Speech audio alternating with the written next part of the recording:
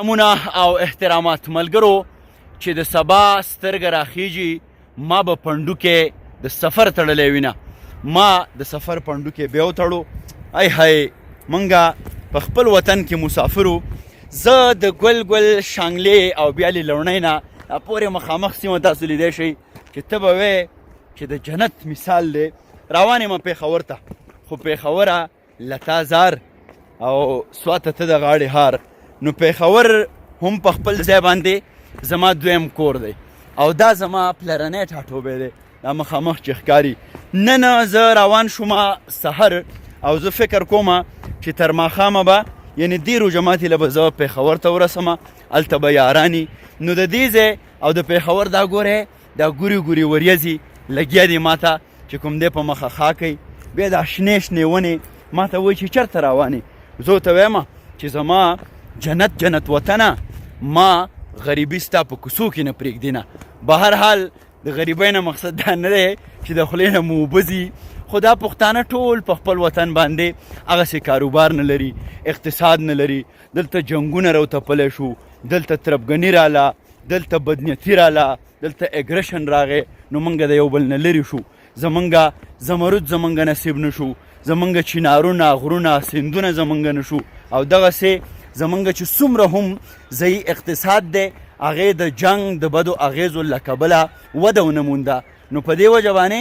ځکه دا خبره کومه که نه چې مسافر ته شوې خواره زه شوم تا په پردي وطن کې څه لیدلي دي نه یا مسافر تللی در جګه نه شوم ګیلمن نه شي زه سلګو نیولې ومه یا چې زمرد پیداوار دی په دې وطن کې موږ لوږې تېرونه نو دا زه د پوره پښتون قام مجموعي خبره کومه چې یقینا چې موږ سره دا شوي دي نو ځکه پېښور ته روان یم نو په دې کې څه علتونه دغه هم دي چې د سرو سپینو په وطن کې موږ ته هغه مارکیټ نشته دی موږ ته هغه مواقع نشته دی به هر حال دا ډېرې اوږدې خبرې دي خو زه د دې ښکلاګانو نه ای های د تک شین خط چې دی داسې موجونه وایي موجونه روان یم د پېښور په لور باندې دا ماښامې به تر پېښوره رسو زما د وطن رڼې اوبه او زما د وطن خوار ولس دنګ رور ولاړ دی هلته دنګ روره په خیر علي په خیر علي ته څنګه یې لرې نه په خیر کو ښه ښئ دنګ روره چېرته روانې کلي ته تللی وې څه شي له ښه تا به پخوا ډېر زبردست ګېډۍ راوړ دنګ رور په دې اوږه باندې اوس هغه راوړې که نه داسې وی ولې ښه اوس هغسې ګېډۍ نه شي راوړې نو څه وجه ده یاره په کار ده چې ته خو ښه وې صحتمند وې برابر وې بوډاګان شوي یې که نه او هغه ګېډۍ به په څو کېده هغه وخت کې 5 روپۍ به نه به تا ګېډۍ او هغه ګېډۍ نن سبا په څو کېږي هغه ګېډۍ نن سبا چې زه راوړم که نه هغسې ګېډۍ نو هغه کوي تقریبا 600 روپۍ کوي څه دې جوړ کړی دی ګېډو نه دنګ رور یو ګېډۍ هغه وخت کې او یو دې وخت کې څه دې جوړ شو که نه ډېره مهرباني دنګ رور خوشحاله اوسئ قدرمنو ما چې تاسو ته خبره کوله چې د زمرودو په پیداوار وطن کې زما رونه په اوږو باندې ګېډې ګرځئ خو هېڅ یې دې جوړ نه کړه په کار ده د تقریبا 20 کاله ګېډې وګرځول چې دی خو څه نه څه ځای ته رسېدلی وی په دې به بحث کوو په دې به ډیبیټ کریټ کوو د دې به تپوس کوو ځوانان په کلیوال ژوند کې خوشحاله دي او دلته دوکانداران بوټي خرڅوي هر بل څیزونه چې دي د غره بوټي دا څه چې دی زړګیه سنبله اوهو زلفې دي سنبل ګلې هغه دا سنبل دي دا د څه دپاره پکارېږي میډیسن کې استعمالیږي ماسک دې هم لګولی دی ښه ایسوپیز باندې نور تا سره کم بوټي موټي دلته څه شی مترجړۍ او بل ښه کوم ځای کې دي نور څه شی چېرته دی ته راته وښیه دا ملګرو تاسو کتی شئ په کلو کې دا قسمه دوکانونه او دا خو ګوجۍ دي هلکه وا قدرمنو دا هغه ورځ چې ما یو ویډیو کړې وه دا د مشروم فیملی یو بل قسم دی او دا انتهایی ښه میډیسنل یو څیز دی دې ته موږ ګوجۍ ویو دې ته په قبایلي سیمه کې ششتوری وایي او دا چې وچې شي دا انتهایی قیمتي دا دلته خلک دغسې پخوي هم او د دې کیلو په څو دی نن سبا په څومره 11,000 روپۍ باندې د دې کیلو دی دا وچې که لمدې او بیا خرڅوئ په څو په 21,000 قدرمنو دا بوټی ډېر زیات قیمتي دی دوی په 11 واخلي په 21 خرڅ کړي او مخکې سړی چې کوم دی نو هغه لاکو 2 لاکو ته خبره ورسوي ځکه چې موږ سره هغه هنر نشته دی موږ دا څیز پروسس کولی نه شو نو دا هم مهمه ده چې د دې په دې پروسس موږ پوه شو، نو کیدای شي دا موږ هم په 1 لاک باندې کیلو خرڅ کړو. ملګرو اوس په باقاعده ډول باندې د پېښور په لور باندې په تور لوی سړک ما خپل یون پیل کو. زما سفر دوامدار دی، زه به ځان پېښور ته رسومه روژه ماتي له. او د پېښور په میرور وکا د ګل نازکه یاره خدای به دې ساتینا. او سفر جاری دی، روژه هم ده، هسې نه چې سختدریزه افکار بیا لویې قصې شروع کړي. نو زما په خیال زه به د نظم نه نثر ته راواوړم، په منصور انداز کې به خپلو خبرو ته دوام ورکړم. زو به چېرته به رانه ځئ نه ګورې، نن د روژې دغه یوه ورځ زما په نوم کوي. دا د شانګلې حکومت دی، یعنی پولیس دی، او د پېښور حکومت درته هم ښیمه چې د هغه ځای په پولیسو کې او د دې ځای په پولیسو کې آیا څه تفاوت، څه فرق شته دی که نشته. دا د شانګلې خوړ دی، د الپورۍ، او دغسې که پېښور کې مې چېرته خوړ په لاس راغی هغه به درته هم ښیمه. داسې به ځو او تقابلي جایزه به اخیستی کېږي. دا اوس موږ شانګلټاپ ته راورسېدو، او هم د دې ځای نه دا د شانګلټاپ اخري پوله ده. ای د وطن د سر د ستاره و شانګلاپاره ښایستونه دې ستایمه. نو شانګلاپاره درنه لاړمه دعا راته کوه.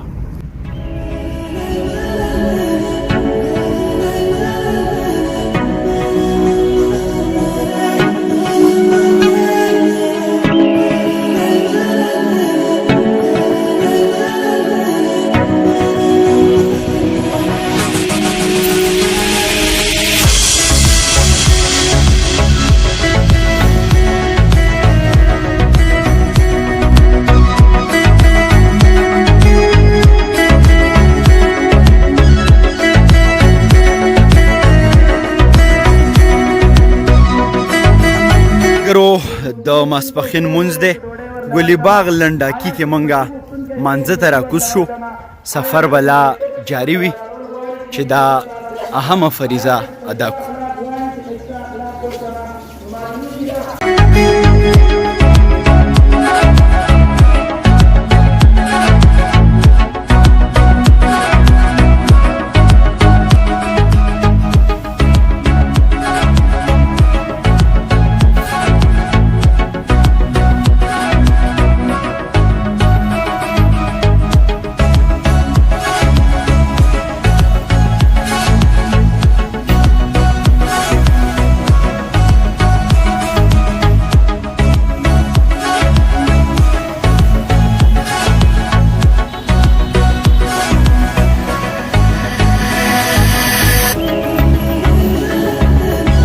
زه سوات ته ورسېدم،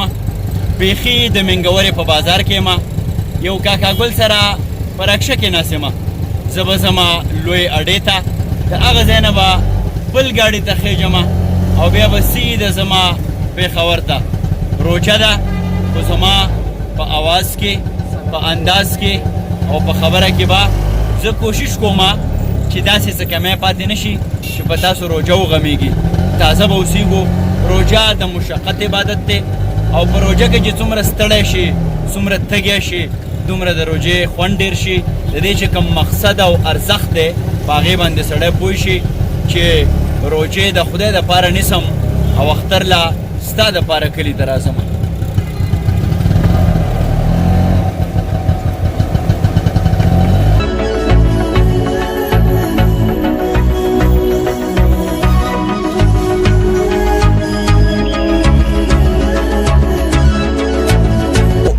قضا ماسپښین دی، منګه د ښکلي سوات نه د پېښور په لور باندې سفر شروع کو. نور یو نیزه راکته شوی دی. روژې ثوابونو ښه خوند را پیدا کړی دی. که وطن دی، که جانان، یو مې روح دی بل میزان. که په سوات کې دی مڼې، په مابند کې انځران، تر پېښوره به ورسومه.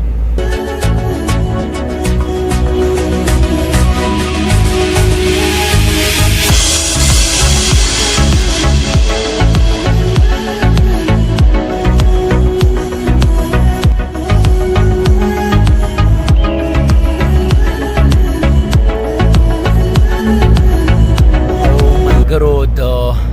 سوات موټر وې ته وروختو باقي خبرې به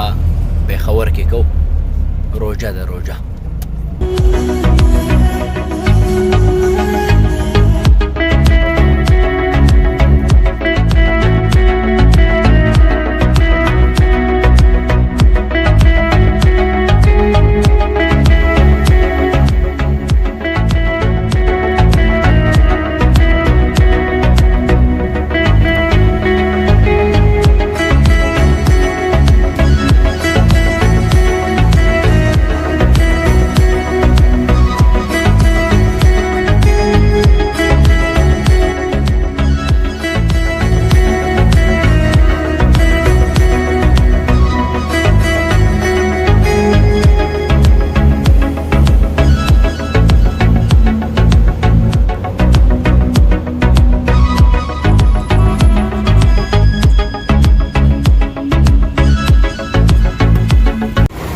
او قدرمنو دا اوس زه بیخي پېښور ته رارسېدلی یم ای های زه چې لږ حساب وکړو چې چا پېښور پرېښی دی تا پېښور پرېښی دی او که ما پېښور پرېښی دی رارسېدو سره د رکشې یو ډرایور په ما سلام وکړو وی چې افسر افغان صاحب راغی مې آو ستا لیونی یم انتظار مې کوه در به شمه او زه لا زلمی یم انتظار مې کوه در به شمه د پېښور لمر هم په ما باندې سلامونه ووې د شانګلې وریځ او د پېښور نور لومبۍ تقابلي جایزه دا ده د مازدیګر زیړي لمره ته لا ولاړې په ما پرېوتل ګردونه ای زما وروره ته څنګه یې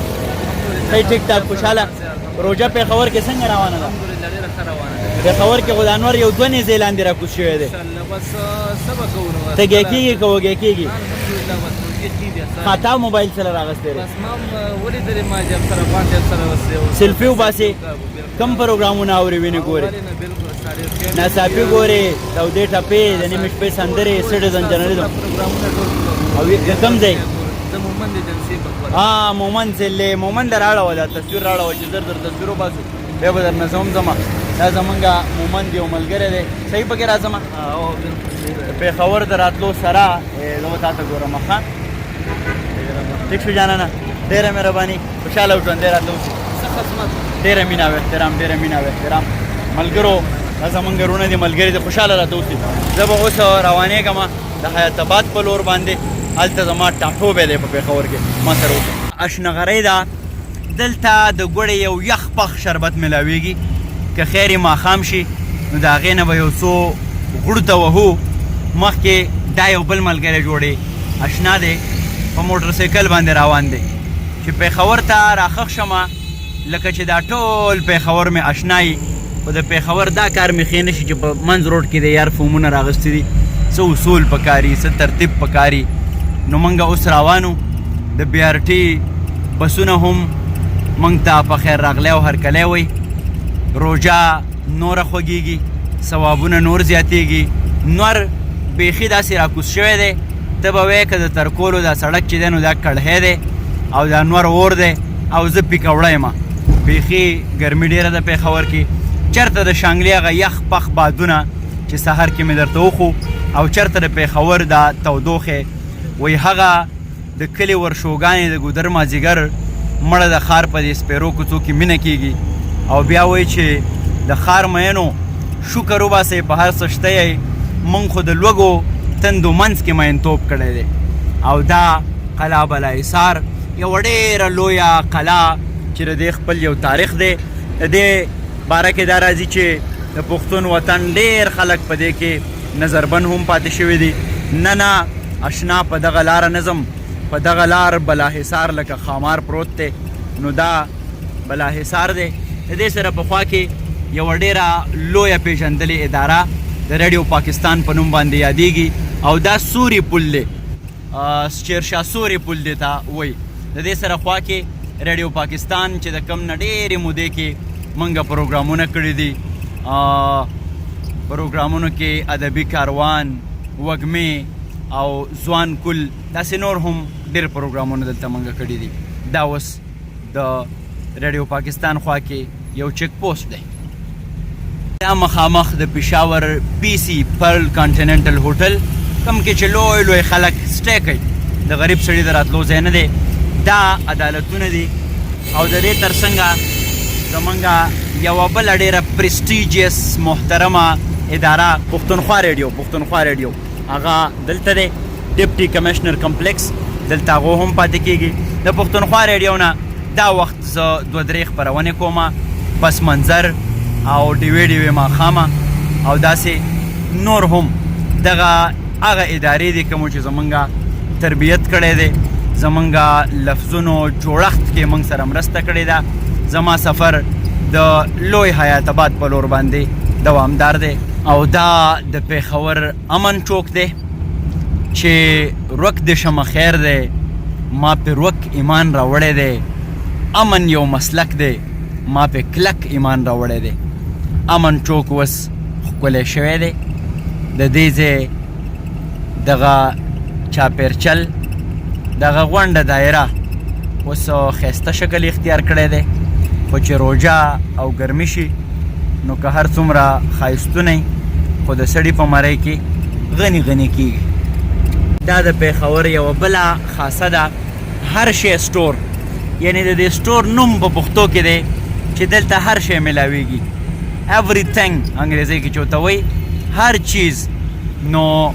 باید چې زمونږ په دغه ټولو لیکدړو باندې تختو باندې نومونه هم د پښتو شي د بچو نومونه دې هم د پښتو شي زمونږ سوچ او فکر دې هم دروند پښتون شي ځکه چې پښتو یوازې ژبه نه ده دا یو تاریخ دی دا یو کلتور دی دا د ژوند ځواک د تیرولو یو پوره تګلاره ده نو د هر شی سټور نه راته رایاد شو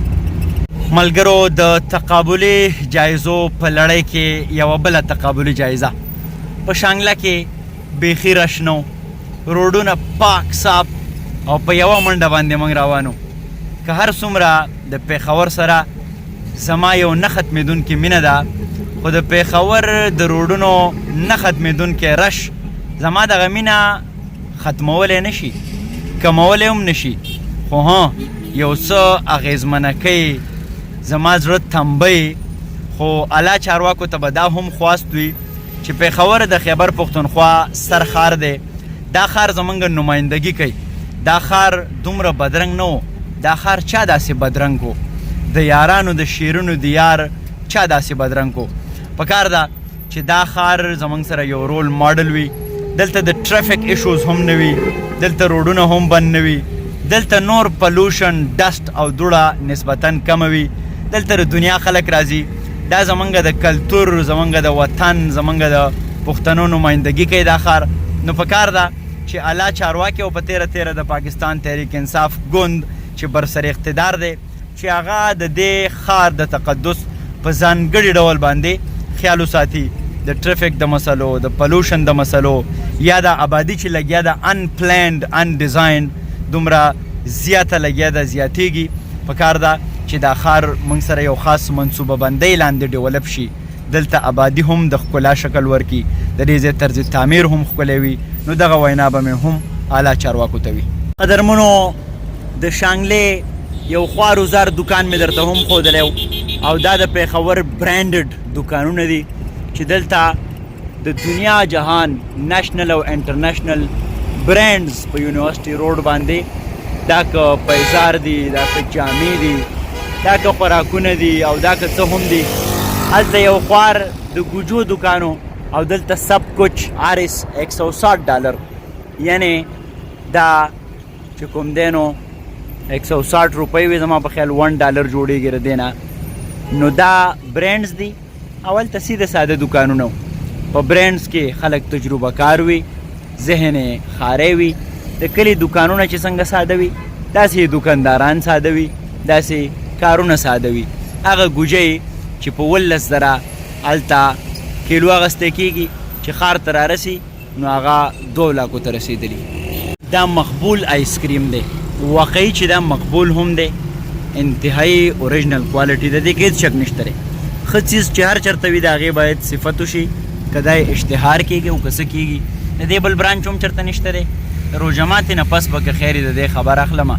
کوالټي بده نه ده دا قدرمنو د پېښور حکومت دی او د شانګلې حکومت هم تاسو لیدلی او دا بورډ بازار دی دې ته مینی کابل وایي دا انتهایی ډک پکې په روژه کې هم په کوژه کې هم. السلام علیکم جی. د الله په امان، د الله په امان خوشحاله راته اوسئ. او دلته به تاسو مختلف خلک وینئ، د مختلفو ځایونو، د مختلفو رنګونو، د مختلفو قبیلو، د مختلفو تپو، د مختلفو فکرونو، د مختلفو عقایدو. دا د پېښور ډایورسټي تنوع یا ښکلا ده. نورم که کوړی شو، تمازت، تیزوالی، زور او توانې په کمېدو شو، د ماښام څادر په خورېدو شو. هی نور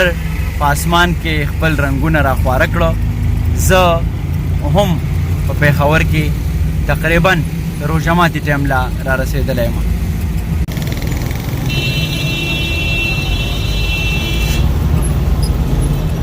دا اوس زما اخري شیبې دي. زه حیات آباد ته ورخښ شومه. دغلته به یو روژه ماتی کومه. یوه خبره کوم ملګرو، دلته نرسریانې هم دي، شینکې، بوټي لګول، د بوټي حفاظت، بوټي له اوبو ورکول، دا هم ډېر مهم عمل دی. خو خبره چې ما کوله نو هغه د بوټي نه وه، بوټی پکې ضمني چې کومه موضوع د هغه راله. اکثر ملګري داسې دغه یي که نه، ځان خوار کي، عجز فریادي چې های روژه په خوله باندې او پېښور کې او وطن مې پرېښو او رالم او مزدور او مسافر او دا هر څه په خپل ځای باندې. خو د لوی کریم په ځمکه باندې چې موږ چېرته هم وو، هلته به کنټریبیوشن کوو، مینه به خورو، خپل د برخې کار به کوو. دا که پېښور دی، دا که شانګله ده، دا که لندن دی، دا که امریکا ده، دا که ایټلی دی، دا که ناروې او برازیل دی، موږ به کار کوو. او په تیره د پښتون